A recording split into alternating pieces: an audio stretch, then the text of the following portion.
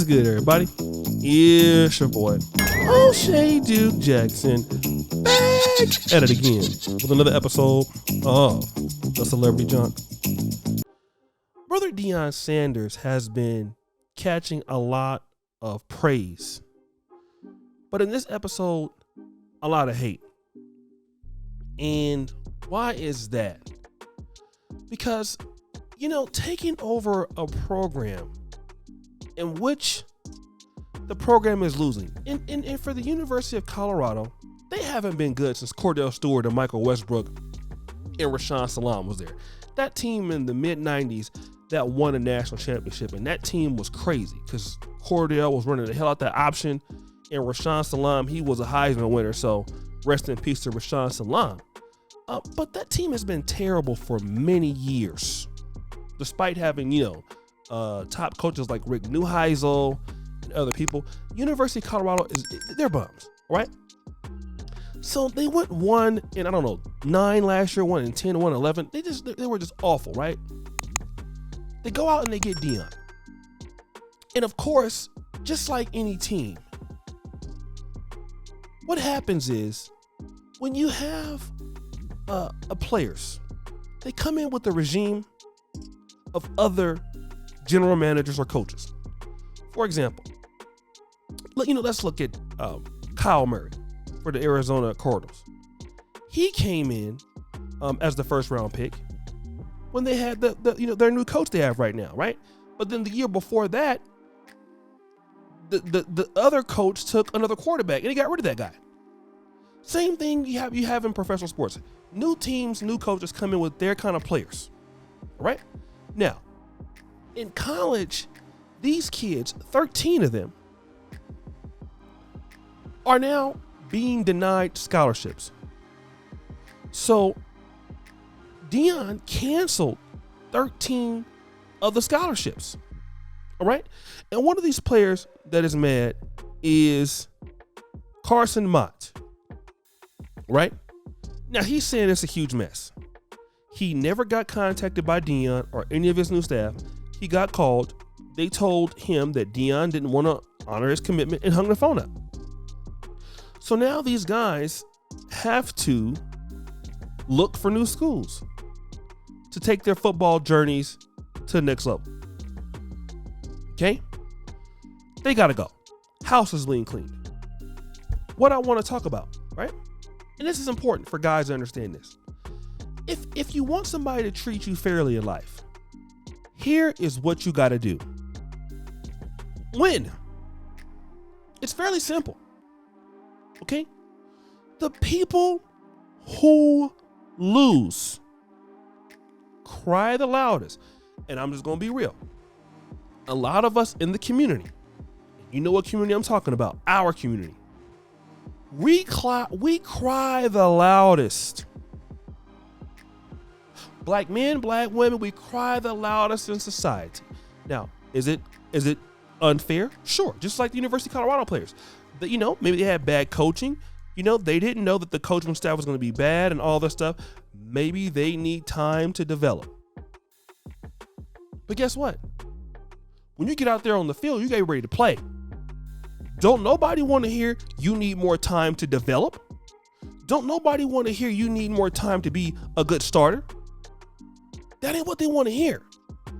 Because people need to win today. Folks got to win today. And I'm going to relate to the black community. We're in a position where a lot of the folks in the community right now, and I'm going to say this, yes, some of our brothers do need another chance and need to be developed. But at the same time, we need to be able to say, we ready to win right now. Okay? And if you want to be considered, be ready to win. A lot of brothers out here and sisters out here looking for opportunity, looking for somebody should give you one, should keep you in a position when you're not producing in the world. I don't care what world it is, the black world, the white world. If you're not producing, why should you be there? Take the opportunity to, when you get up every day in the morning, to go out there and win. Because they have this old saying, tomorrow's not promised. You want people to look at you. You don't know when you're going to get a new job. The job you have right now, it might go under new ownership, new management. You're not safe. You got to be ready to produce. Somebody can come in this layoffs. You got to be ready for the next move at all times. Because one thing about life is you got to be adaptable. Let me tell you about this, brothers. And I'm just gonna be real. I was living in obviously I lived in Poland for many years. Still a resident in Poland. When I was in medical school, I was in the medical school such that they didn't have no resources for you like that. I had some buddies of mine who had went to, Meharry. They had went to University of Minnesota School of Medicine.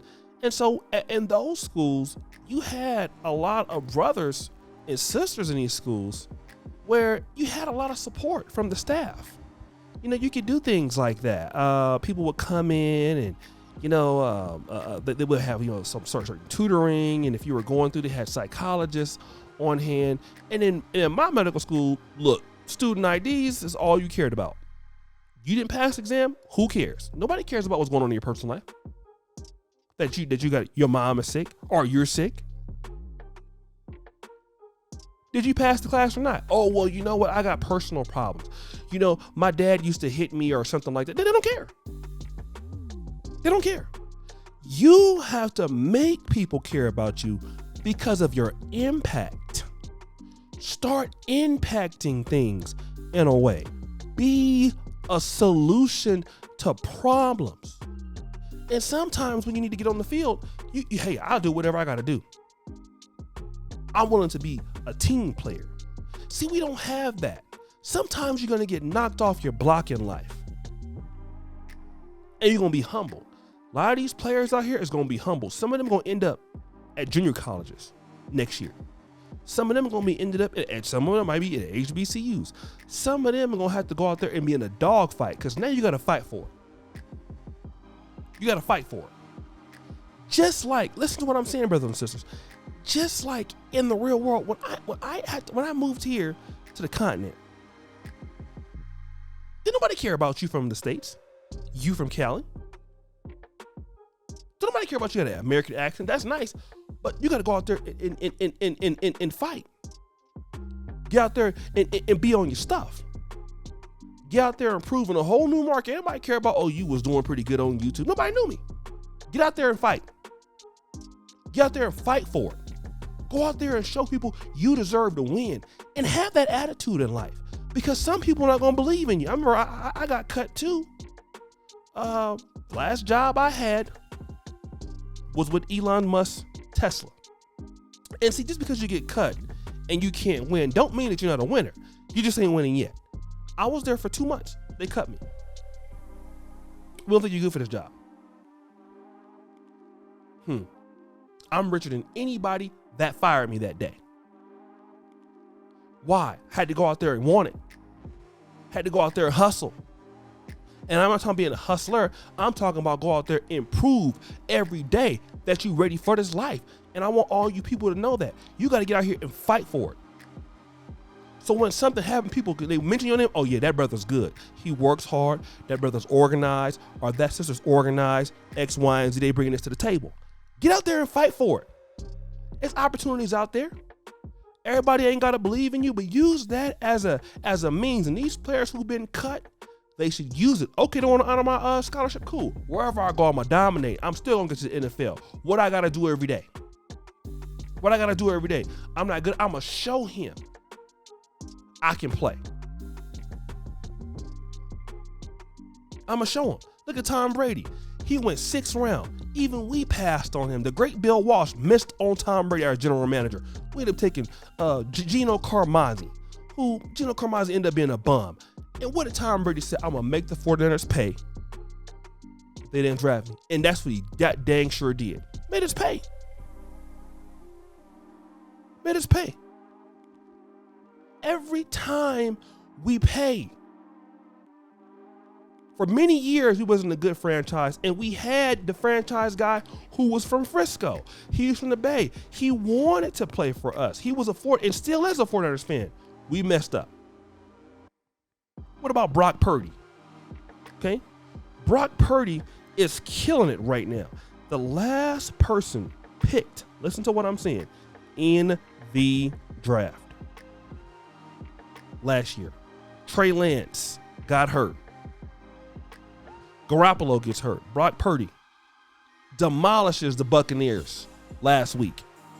Killed them the 2 weeks before. Beat the Seahawks 3-0. The last person picked, I'm going to show y'all I can play. Come in there and play. When your name is called, be ready to play, brothers. Answer the call. But guys, what do you think? It's your boy, O'Shea Duke Jackson, back at it again for another episode of The Celebrity Drunk. Appreciate you for all that you do. Subscribe to the bell. We're out.